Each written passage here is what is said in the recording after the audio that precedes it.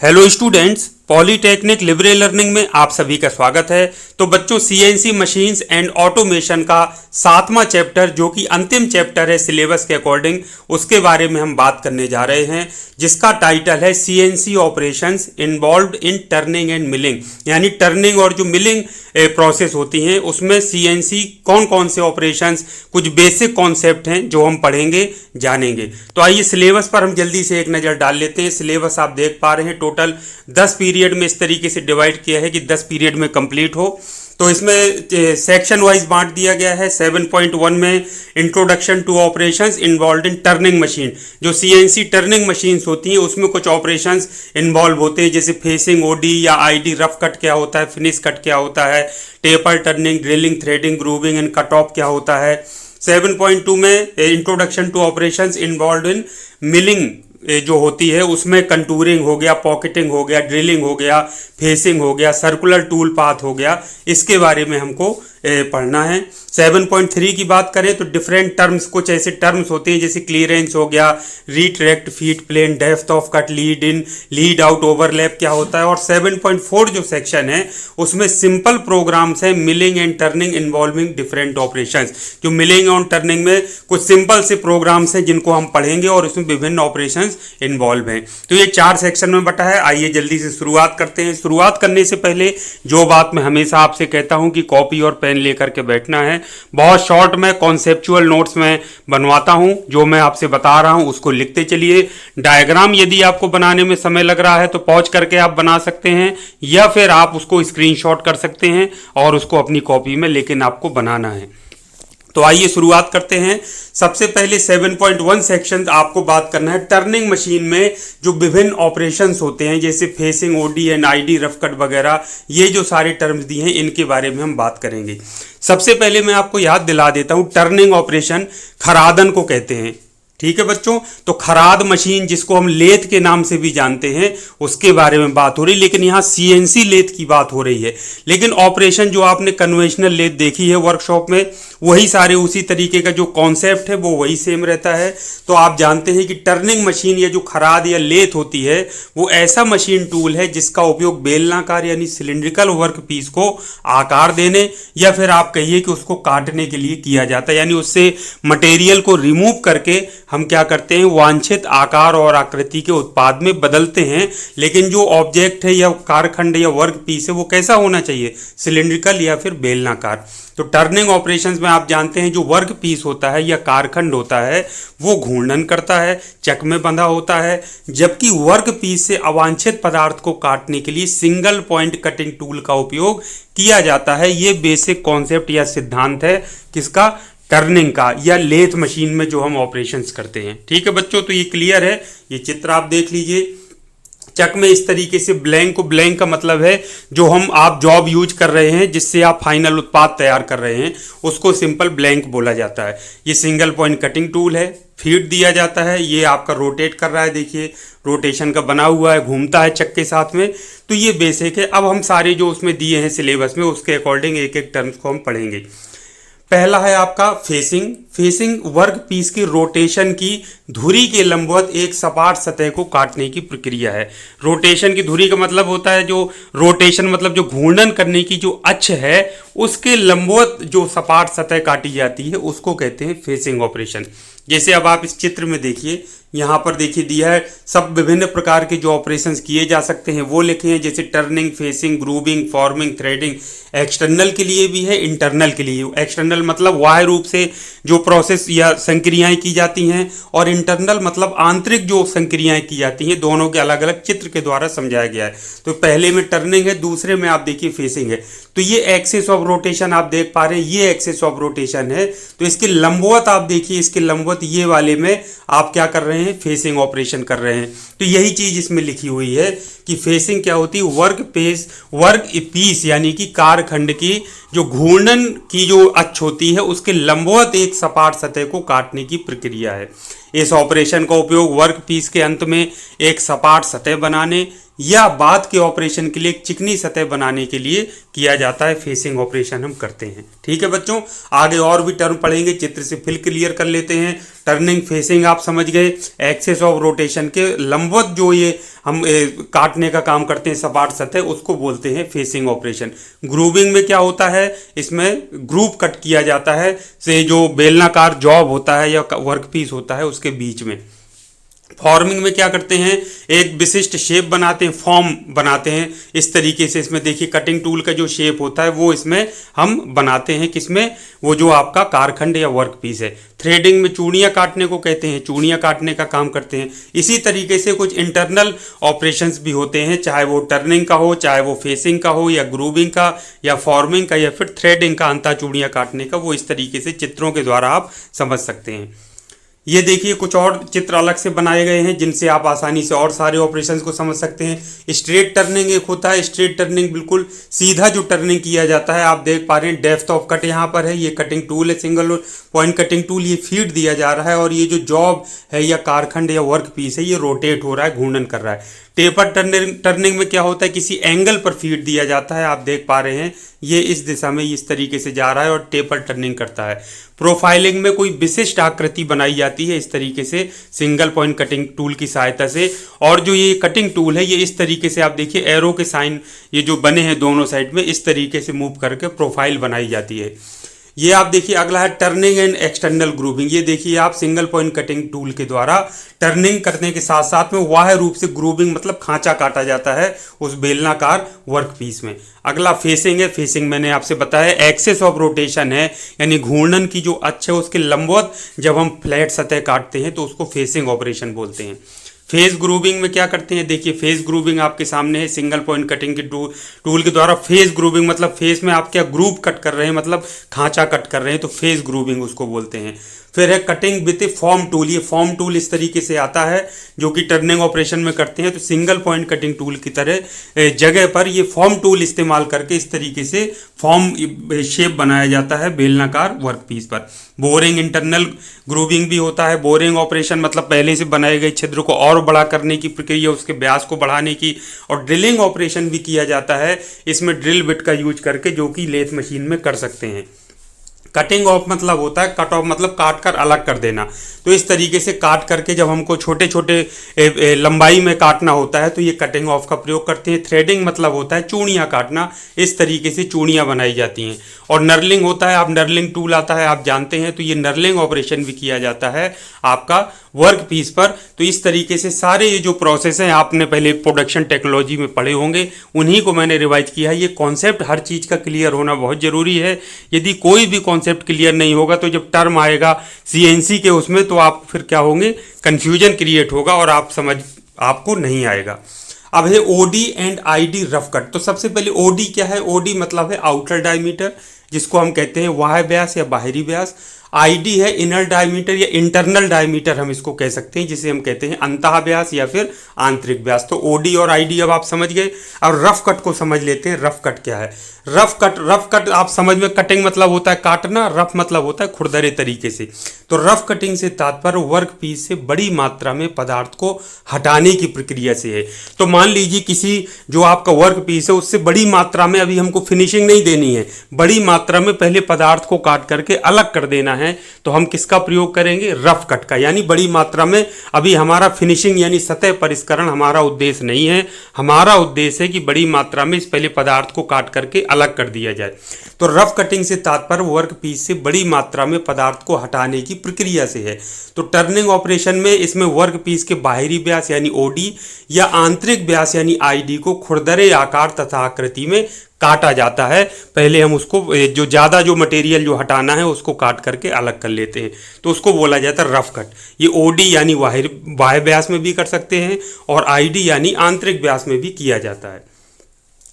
अब एक टर्म आता है फिनिश कट। फिनिश कट होता है बहुत कम मात्रा में, बहुत छोटी मात्रा में पदार्थ को अलग करके फिनिशिंग यानी सतह परिष्करण का कार्य किया जाता है सरफेस फिनिश प्राप्त करने के लिए। तो फिनिश कट में एक चिकनी और सटीक सतह परिष्करण यानी सरफेस फिनिश प्राप्त करने के लिए वर्क पीस से बहुत थोड़ी मात्रा में पदार्थ को काटा जाता है, यानी बहुत स्मॉल पीसेस में उसको कर मेन जो कार्य होता है, उद्देश्य होता है वो होता है सतह परिष्करण करना या फ्लैट सतह प्राप्त करना। तो बहुत कम मात्रा में में पदार्थ को काट करके अलग किया जाता है, तो उसको नाम दिया जाता है फिनिश कट। यह ऑपरेशन आमतौर पर रफ कटिंग के बाद किया जाता है। पर रफ कट में ज़्यादा मात्रा में हटा करके अलग कर लेते हैं, फिर जो खुरदरी सतह प्राप्त होती है तो बहुत कम मात्रा में फिर हम पदार्थ को हटा करके चिकनी और फ्लैट सतह प्राप्त करते हैं, तो उसको बोलते हैं फिनिश कट। तीसरा है बच्चों टेपर टर्निंग। टेपर टर्निंग आप सब जानते हैं कि शंक्वाकार आकार बनाने की प्रक्रिया है। ऊपर मैंने अभी आपको दिखाया था सिंगल पॉइंट कटिंग टूल किस तरीके से एंगल में सेट करके उसको फीड दिया जाता है। तो इसमें टेपर बनाने के लिए वर्क पीस के बाह्य व्यास या आंतरिक व्यास को कोण पर काटना शामिल हो सकता है। तो कोण पर एंगल दे करके टेपर टर्निंग की जाती है, चित्र आपने ऊपर अभी देखा था। उसके बाद ड्रिलिंग ऑपरेशन। ड्रिलिंग में ड्रिल बिट का उपयोग किया जाता है, उसमें वर्क पीस में छेद बनाया जाता है यानी होल बनाया जाता है। तो ये लेथ मशीन में भी ड्रिलिंग ऑपरेशन किया जा सकता है, आपने उसमें देखा भी होगा वीडियो में। तो यह ऑपरेशन ड्रिल बिट से लैस टर्निंग मशीन का उपयोग करके किया जा सकता है। तो उसमें टर्निंग मशीन में ड्रिल बिट ऑपरेशन होता है, अगर वो उसमें शामिल है तो उसका उपयोग करके आसानी से हम ड्रिलिंग ऑपरेशन कर सकते हैं। अगला है बच्चों थ्रेडिंग यानी चूड़ी काटना। थ्रेडिंग में कटिंग टूल का उपयोग करके वर्क पीस के बाह्य व्यास यानी ओडी या आंतरिक व्यास पर थ्रेड्स यानी कि चूड़ियों को काटा जाता है। थ्रेड मतलब होता है चूड़ियाँ, थ्रेडिंग मतलब चूड़ी काटने की प्रक्रिया। इस ऑपरेशन का उपयोग बोल्ट और स्क्रू जैसे थ्रेडेड घटक, जो थ्रेडेड कंपोनेंट्स होते हैं, उनको बनाने के लिए किया जाता है थ्रेडिंग। अगला है ग्रूविंग। ग्रूविंग मतलब होता है ग्रूव, खांचे को कहते हैं, कोई खांचा काटना, वो ग्रूविंग कहलाता है। ग्रूविंग में वर्क पीस की सतह में खांचा या कोई चैनल जो आकृति है वो काटी जाती है। इस ऑपरेशन का उपयोग ओ रिंग के लिए ग्रूव बनाने या वर्क पीस की सतह पर सजावटी पैटर्न यानी डेकोरेटिव पैटर्न जिसको कहते हैं वो बनाने के लिए किया जा सकता है ग्रूविंग का। तो ग्रूव के द्वारा हम क्या कर सकते हैं, किसी सतह पर खांचा काट सकते हैं या ग्रूव बना सकते हैं, जिसको हम कह रहे हैं चैनल आकृति टाइप की भी हम उसमें बना सकते हैं, या कोई सजावटी पैटर्न बनाना है तो भी ग्रूविंग ऑपरेशन का प्रयोग करके हम उसको बना सकते हैं। अगला है कट ऑफ, इसी को पार्टिंग भी कहते हैं, मतलब काटना या विभाजन करना। ऊपर मैंने आपसे दिखाया था कि जब कोई ज़्यादा लंबाई का वर्क पीस होता है तो उसको एक निश्चित लंबाई में काट कर अलग करना है, तो कट ऑफ या पार्टिंग का प्रयोग किया जाता है। कट ऑफ को पार्टिंग के रूप में भी जाना जाता है, जिसका मतलब होता है काटना या विभाजन करना। इसमें वर्क पीस को एक विशिष्ट लंबाई में काटा जाता है। यह ऑपरेशन आमतौर पर तैयार वर्क पीस को शेष पदार्थ से अलग करने के लिए टर्निंग प्रक्रिया के अंत में किया जाता है। यह ऑपरेशन कब होता है, आमतौर पर तैयार वर्क पीस को शेष पदार्थ से हमको अलग करना है तो टर्निंग प्रक्रिया के अंत में हम करते हैं, उतना काट करके अलग कर देते हैं जितना वर्क पीस हमारा तैयार हो जाता है। अब बात करते हैं सेक्शन 7.2 की, introduction to operations involved in milling. Milling में कुछ ऑपरेशंस जो इन्वॉल्व होते हैं उनके बारे में जानना है। जैसे एक होता है contouring, pocketing, drilling, facing, circular tool path. ये क्या होता है इसको समझना जरूरी है। तो इनको जानने से पहले मिलिंग का जो बेसिक कॉन्सेप्ट है हम उसको समझ लेते हैं। मिलिंग में क्या होता है, घूर्णन करते हुए कटर द्वारा, कटर क्या करता है, घूर्णन करता है। उसमें लेथ मशीन में क्या होता है या खरादन में या टर्निंग में क्या होता है, कारखंड चक के साथ बंधा होता है, कारखंड घूर्णन करता है। ठीक है बच्चों, और फीड किस में दिया जाता है, सिंगल पॉइंट कटिंग टूल में। अब मिलिंग में क्या होता है, कटर घूर्णन करता है, यानी घूमता हुआ कटर जब वर्कपीस उसको संपर्क में लाया जाता है तो वो फिर क्या करता है, कटाई करता है या धातु को रिमूव करता है। तो मिलिंग में घूर्णन करते हुए कटर द्वारा वर्कपीस से पदार्थ को काटा जाता है, ये इसका सिद्धांत होता है मिलिंग का। तो milling is a machining process that involve the use of rotary cutters to remove material from a work piece, यानी किसी भी कारखंड से पदार्थ को काटकर अलग करने के लिए किसका प्रयोग किया जाता है, घूर्णन करते हुए कटर का या रोटरी कटर्स का। ठीक है बच्चों, तो विभिन्न प्रकार के ऑपरेशंस किए जा सकते हैं जो ऊपर लिखे थे। अब ये देखिए घूर्णन करते हुए कटर्स किस तरह के तरीके के होते हैं। सरफेसिंग ऑपरेशन करने के लिए देखिए ये कटर घूर्णन कर रहा है और सरफेसिंग ऑपरेशन किया जा रहा है। स्लॉट बनाना है, कोई खांचा कट करना है, स्लॉट इस तरीके से बनाना है, तो देखिए ये कटर क्या है, घूर्णन कर। अब ये जो कटर घूर्णन कर रहा है क्षैतिज स्थिति में कर सकता है या ऊर्ध्वाधर स्थिति में कर सकता है। आपने पहले पढ़ा भी होगा कन्वेंशनल मिलिंग जो आपने पढ़ी थी, वर्टिकल होता है, हॉरिजॉन्टल मिलिंग एक्सेस होता है, तो वो इसी तरीके से कटर्स हो सकते हैं। तो स्लॉट बनाने के लिए स्लॉटिंग कर सकते हैं। स्लिटिंग मतलब काटने के लिए वर्क पीस को दो भागों में डिवाइड करना है, तो पतला कटर होता है, काट कर अलग स्लिट कर देता है। ग्रुप बनाना है तो देखिए इसका कटर का शेप किस तरीके से का है, ग्रुप बना देता है। फॉर्म यानी उभरी हुई कोई फॉर्म आकार बनाना है, आकृति, तो इसके द्वारा फॉर्म कटर्स के द्वारा बना दिया जाता है। तो ये कुछ उदाहरण हैं। ये अब आप देखिए घूमता हुआ कटर, ये कटर घूम रहा है, उसके संपर्क में वर्क पीस को लाते हैं और वो धातु को काट करके अलग करता है, अवांछित धातु काट कर अलग करके वांछित आकार और आकृति में बदल देता है। तो सरफेसिंग फ्लैट सतह बनाना है, सरफेसिंग स्लॉट बनाना है, स्लॉटिंग स्लिटिंग कटर का प्रयोग करते, जब काटना हो ग्रूव बनाना हो तो ग्रूविंग कटर का, फॉर्म इस तरीके का जब बनाना हो तो फॉर्मिंग कटर का यूज करके हम मिलिंग ऑपरेशन कर सकते हैं। और भी कई तरीके के होते हैं, सिर्फ आपको समझाने के लिए हैं। लेकिन एक जो सबसे महत्वपूर्ण है वो स्लैब मिलिंग, आप देख रहे हैं ये कटर है, मूव कर रहा है, ये वर्क पीस है, ये इस तरीके से मूव कर रहा है। लेकिन जो आपको बार बार नाम सुनने को एक मिलेगा एंड मिलिंग जिसको कहते हैं। ये देखिए एंड मिलिंग किस तरीके से साइड से मटेरियल को इस दिशा में काटते हुए इस दिशा में, जैसे ये पॉकेट बनाना है या कोई खांचा कट करना है, तो इस तरीके से एंड मिलिंग के द्वारा, इसको बोलते हैं एंड मिल। तो एंड मिल के द्वारा आसानी से हम खांचा काटना है, कोई पॉकेट कट करना है, वो सारे काम हम कर सकते हैं। तो ये एंड मिल आपको बार बार सुनने को मिलेगा, तो ये चित्र से आप अच्छे तरीके से इसको जरूर याद रखिएगा। ठीक है बच्चों, तो लेफ्ट साइड में ये क्या है, स्लैब मिलिंग कहते हैं, इसको बोलते हैं एंड मिलिंग। तो ये एंड मिल कहलाता है। ये जो कटर इस तरह से मूव करता है और साइड से मटेरियल को रिमूव करते हुए आगे बढ़ता जाता है, उसको बोलते हैं एंड मिल।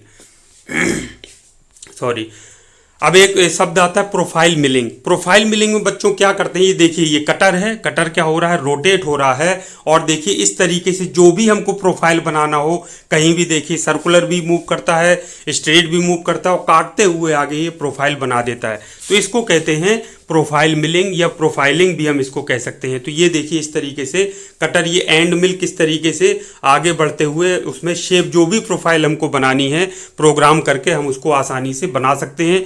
तो ये जो कटर है या कटिंग टूल है, ये उसी पाथ में फॉलो करते हुए क्या करता है, कटाई करता हुआ आगे बढ़ता जाता है।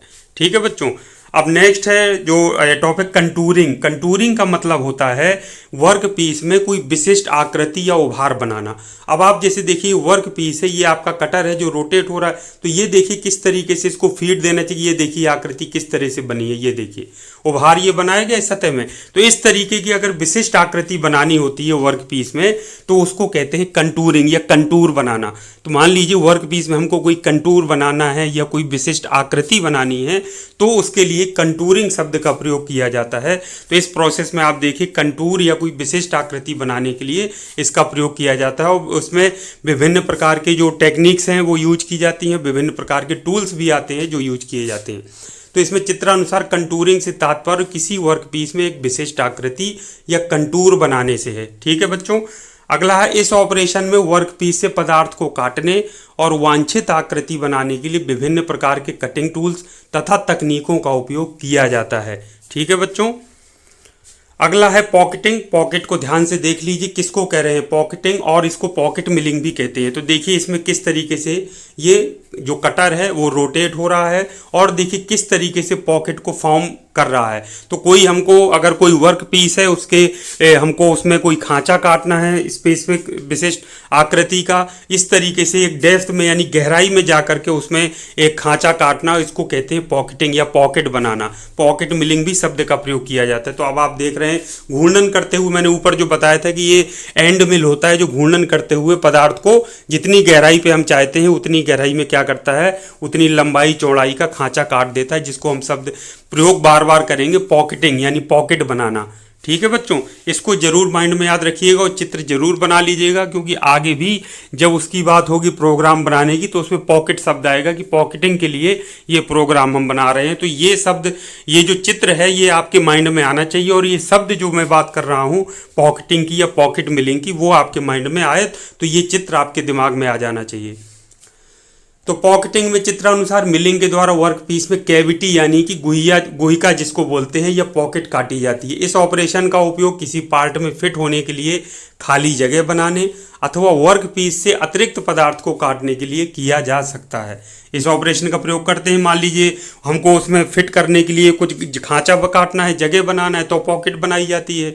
या फिर हमको वर्क पीस में हम चाहते हैं इसका हल्का कर दें, वजन मान लीजिए ज़्यादा है, क्या ज़रूरत है बीच के पता उतना काट के अलग कर दें, तो भी इसके लिए यूज किया जा सकता है पॉकेटिंग का। अगला है छिद्रण यानी ड्रिलिंग, जिसको हम कहते हैं छेद करने की प्रक्रिया है।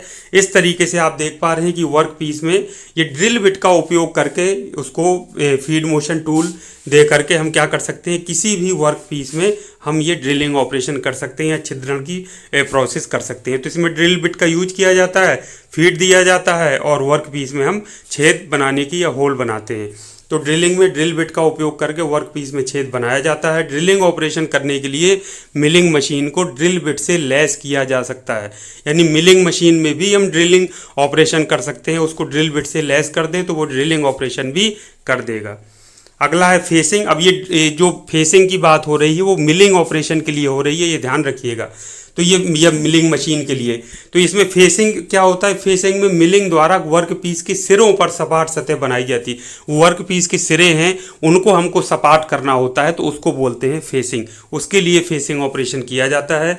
इस ऑपरेशन का उपयोग किसी पार्ट की सतह को चिकना एवं सपाट करने के लिए किया जाता है, उसको कहते हैं फेसिंग। अगला है सर्कुलर टूल पाथ। ये सर्कुलर को हिंदी में कहेंगे वृत्ताकार, टूल मतलब कटिंग टूल से मतलब है, पाथ मतलब मार्ग या रास्ता कहलाता है, सीधी बात है। तो मिलिंग मशीन को सर्कुलर टूथ पाथ का पालन करने के लिए प्रोग्राम किया जा सकता है। मतलब किसी वृत्ताकार जैसे कोई आकृति काटना है, ऊपर सबसे पहला जो मैंने चित्र दिखाया था इसमें मिलिंग की जब बात कर रहे थे तो आपने देखा था ना, मान लीजिए कोई त्रिज्या से उसको घूमना है कटर को, तो वो उसी तरह से वृत्ताकार पथ में जिस तरीके से आप प्रोग्राम करेंगे वो घूमता हुआ जा करके कटाई करता जाता है।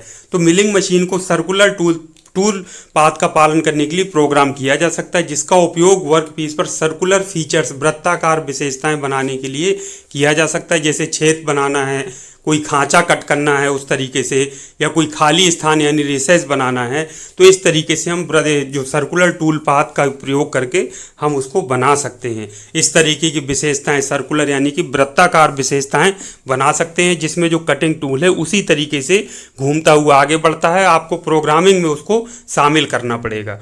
तो मिलिंग मशीन को सर्कुलर टूथ पाथ का पालन के लिए क्या करते हैं, प्रोग्राम किया जा सकते हैं या प्रोग्रामिंग में वो टर्म डाले जाते हैं। तो जिसका उपयोग वर्क पीस पर सर्कुलर फीचर्स यानी वृत्ताकार विशेषताएं बनाने के लिए किया जा सकता है, जैसे छेद बनाना, खांचा काटना या खाली स्थान बनाना।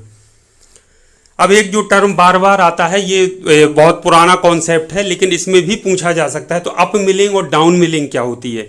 अप मिलिंग में आप देखिए, ये चित्र ध्यान से देखिएगा, ये आपका वर्क पीस है, ये आपका कटर है, तो ये कटिंग कर रहा है, ये इस तरीके से आगे बढ़ रहा है, देखिए रोटेट हो रहा है इस दिशा में।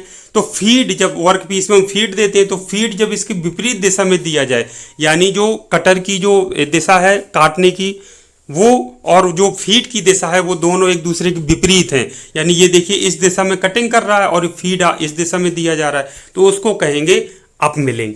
तो अप मिलिंग में क्या होता है, ये कटिंग की दिशा और फीड की दिशा दोनों एक दूसरे के विपरीत होते हैं, उसको कहते हैं अप मिलिंग। तो इसमें चित्रानुसार कटिंग टूल के घूर्णन एवं फीड की दिशा एक दूसरे के विपरीत होती है, अर्थात जिस दिशा में कटिंग टूल घूर्णन करता है उसके विपरीत दिशा में फीड दिया जाता है, तो क्या कहलाएगा, अप मिलिंग। फिर से इसको देख लीजिए और इस चित्र को स्क्रीनशॉट कर लीजिए और उसको कॉपी में बनाने के साथ साथ अपने माइंड में भी फिट कर लीजिए। अगला है बच्चों डाउन मिलिंग। अब डाउन मिलिंग का जस्ट उल्टा हो जाता है। ये देखिए फीड, ये जो कटिंग टूल की जो ये देखिए गति है, दिशा है वो इस तरफ है, ये जा रहा है, और फीड भी देखिए इसी दिशा में दिया जा रहा है, यानी दोनों की दिशा, कटिंग की दिशा और जो फीड की दिशा है वो दोनों क्या है, समान है, इसलिए इसको कहते हैं डाउन मिलिंग। तो ध्यान से देख लीजिए, इस चित्र को स्क्रीनशॉट कर लीजिए।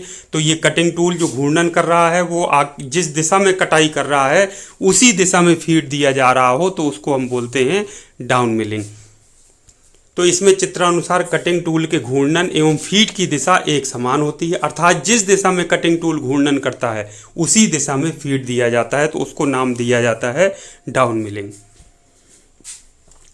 अब है कुछ टर्म्स हैं बड़े महत्वपूर्ण हैं जो प्रयोग किए जाते हैं। डिफरेंट टर्म्स लाइक क्लियरेंस हो गया, रिट्रैक्ट हो गया, feed plane, depth of cut, lead in, lead out, overlap, ये क्या होता है। सबसे पहला है क्लियरेंस। क्लियरेंस को सिंपली हम जानते हैं कुछ अंतर, जैसे हम कहते हैं क्लियरेंस इतना रखो, मतलब गैप से मतलब है हमारा या उसमें कुछ दो चीज़ों के बीच में अंतर से है, उसको हम क्लीयरेंस कह रहे हैं यहाँ पर। तो क्लीयरेंस मशीनिंग ऑपरेशन के दौरान कटिंग टूल तथा वर्क पीस के बीच की दूरी को क्लीयरेंस कहते हैं।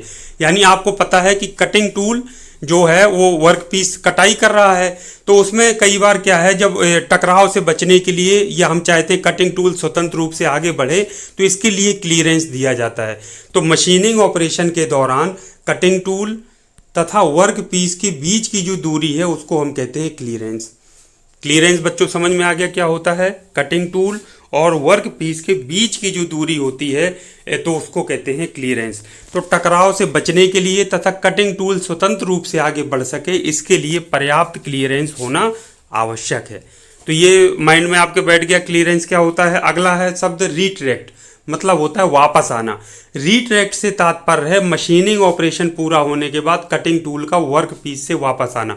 कटिंग टूल कटाई कर रहा है, कटिंग कर रहा है वर्क पीस पर, तो उसमें जब मान लीजिए कटिंग ऑपरेशन फिनिश हो गया, मशीनिंग ऑपरेशन फिनिश हो गया, तो वापस अपनी स्थिति में आता है। हो सकता है कटिंग टूल को बदला जाना हो या अगले ऑपरेशन के लिए तैयार किया जाना हो, तो उसको कहते हैं रिट्रैक्ट। रिट्रैक्ट मतलब वापस अपनी स्थिति में टूल आता है। तो रिट्रैक्ट से तात्पर्य मशीनिंग ऑपरेशन पूरा होने के बाद कटिंग टूल का वर्क पीस से वापस आना। कटिंग कर रहा था, उसने कटिंग पूरी कर ली, तो वो रिट्रैक्ट किया जाता है, यानी वापस अपनी स्थिति में पहुंच जाता है। रिट्रैक्ट का प्रयोग टकराव से बचने के लिए तथा अगले ऑपरेशन के लिए टूल को बदलने के लिए किया जाता है। टूल से यहाँ मतलब कटिंग टूल से। अगला है फीड प्लेन। तो नाम से ही पता चल रहा है वर्क पीस का वह प्लेन जिस पर फीड दिया जाता है, या जो कटिंग टूल है वो वर्क पीस के साथ इंगेज होता है, उसको कहते हैं फीड प्लेन। तो फीड प्लेन वह प्लेन है जिस पर कटिंग टूल वर्क पीस की कटाई करता है, या हम यह भी कह सकते हैं कि यह वह प्लेन या तल है जहां कटिंग टूल वर्क पीस से पदार्थ काटना शुरू करता है, वो कहलाता है फीड प्लेन। अब अगला है डेप्थ ऑफ कट, यानी कट की गहराई। तो कट की गहराई से तात्पर्य वर्क पीस से सिंगल पास में, यानी एक ही बार में जो आप फीड दिया जाए, तो कई पास में, जैसे बहुत ज़्यादा गहराई में कट करना है तो कई पास में गुजारा जाता है ना उसको, तो सिंगल पास में कटिंग टूल द्वारा काटे गए पदार्थ की मात्रा को ही कहते हैं डेप्थ ऑफ कट। ठीक है बच्चों, तो कट की गहराई क्या? कट की गहराई से तात्पर्य वर्क पीस से सिंगल पास में कटिंग टूल द्वारा काटी गई पदार्थ की मात्रा से है। तो मशीनिंग ऑपरेशन की दक्षता और सटीकता निर्धारित करने में यह एक बहुत ही महत्वपूर्ण पैरामीटर होता है, डेप्थ ऑफ कट। अगला है लीड इन और लीड आउट। तो लीड इन क्या होता है? लीड इन वह पथ या रास्ता है जो कटिंग टूल वर्क पीस में प्रवेश करते ही लेता है। तो लीड इन क्या है? एक पथ या रास्ता है जो कटिंग टूल वर्क पीस में प्रवेश करते ही लेता है। इसका उपयोग धीरे धीरे कटिंग टूल को वर्क पीस के संपर्क में लाने तथा किसी भी अचानक झटके या इम्पैक्ट को रोकने के लिए किया जाता है, तो वो कहलाता है लीड इन।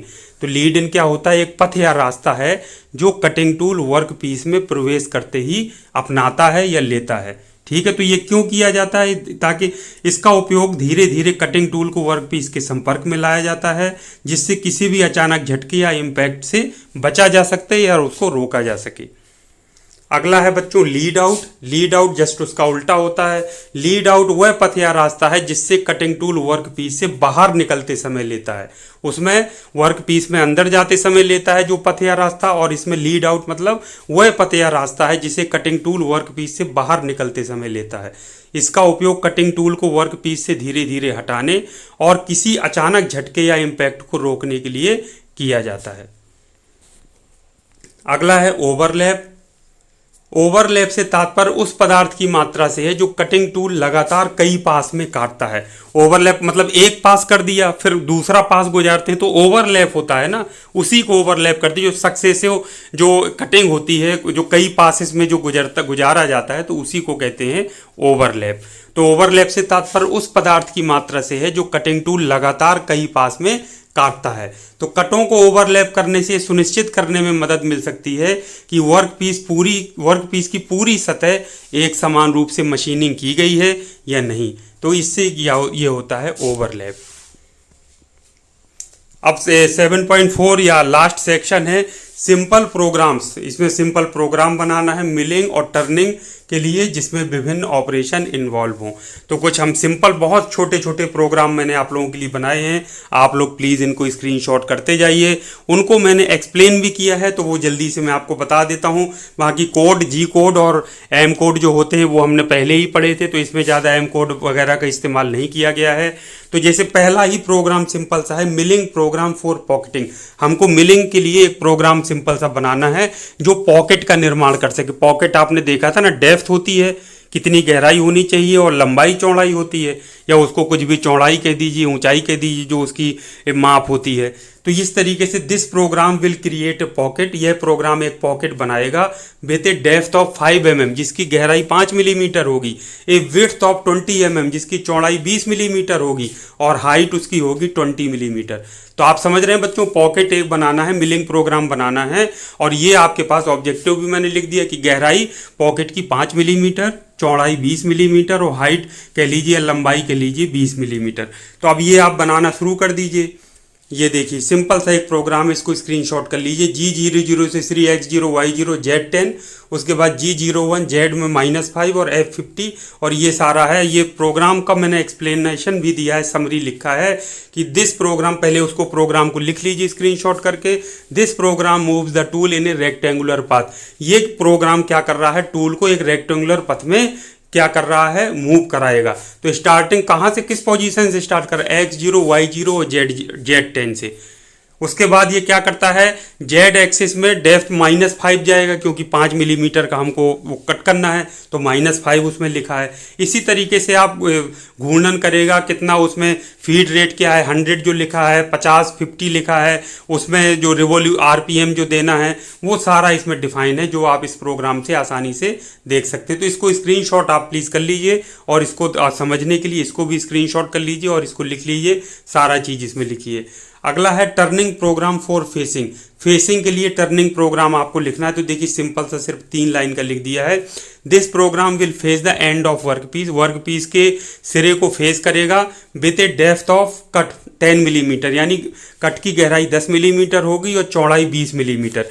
यानी फेसिंग मतलब उसके सिरे पर हमको क्या करना है, एक कट लगाना है, यानी खांचा काटना है। क्या करना है, जिसकी गहराई कितनी होगी 10 मिलीमीटर और चौड़ाई होगी 20 मिलीमीटर। तो ये अब आप देखिए G00 X0 Z10, फिर G01 X20 F100 और G00 Z10। इसमें देखिए this program performs a facing operation, the tool starts at position X0 Z10, यहाँ से शुरू हो रहा है। उसके बाद देखिए स्ट्रेट लाइन में X position to position X20 feed rate of 100, जो 100 लिखा है वो क्या है, फीड रेट है, यूनिट्स पर मिनट। यहाँ देखिए ये लिखा हुआ है, ये F100, तो यानी F मतलब फीड 100 यूनिट्स पर मिनट दे रहा है। और this create a cut across the face of the workpiece removing material. Finally the tool rapidly moves back to the initial position Z10। तो इस तरीके से सिंपल आप प्रोग्राम बना सकते हैं। Milling program for drilling.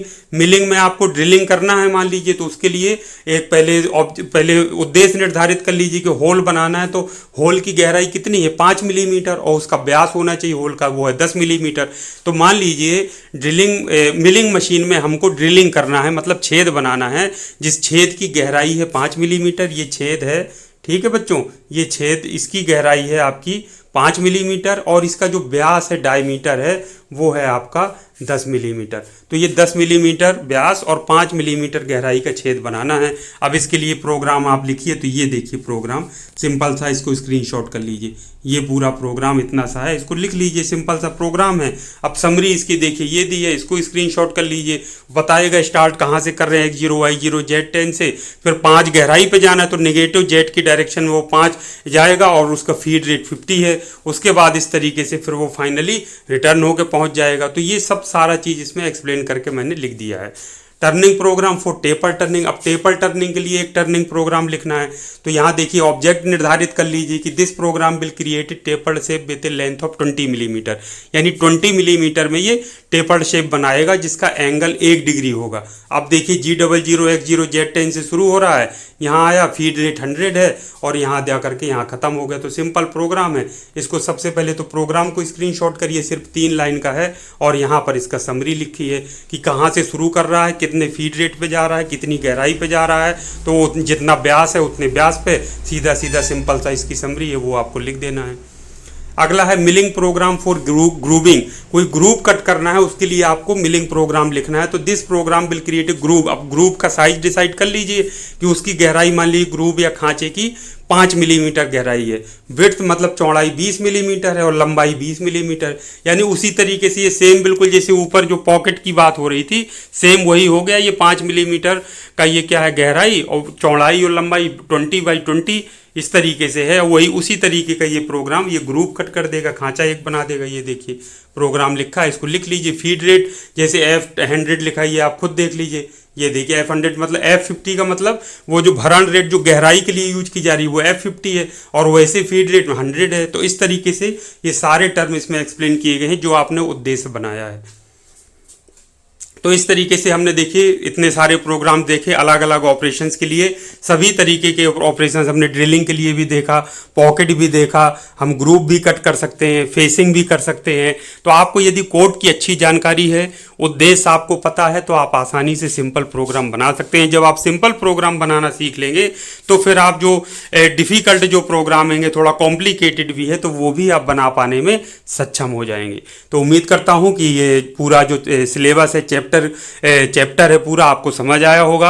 आप नोट्स बना लिए होंगे, थोड़ा रोक रोक कर हो सकता है कि मैं तो चूंकि लगातार बता रहा हूँ आपको थोड़ा बनाने में चित्र बनाना पड़ेगा, समय लगे तो पॉज करके बना सकते हैं। स्क्रीनशॉट इसमें टूल दिया हुआ है, उससे स्क्रीनशॉट कर लीजिए, उसको रख लीजिए जब समय मिले, लेकिन जल्दी ही करिए क्योंकि मैं जैसे फिनिश कर रहा हूँ तो आपको भी पूरा चैप्टर फिनिश करना है और उसके कॉन्सेप्ट को अच्छे से समझ करके अपनी कॉपी में जरूर नोट कर लेना है। ना सिर्फ आपके परीक्षा के काम आएगा बल्कि आगे भी आप सीएनसी इस फील्ड में जाते हैं तो यही कॉन्सेप्ट टर्म आपको आगे सीखने में मदद करेंगे आपकी। तो शुभकामनाओं सहित आज के इस वीडियो को यहीं समाप्त करता हूं। Thank you very much. आप सभी का दिन शुभ हो।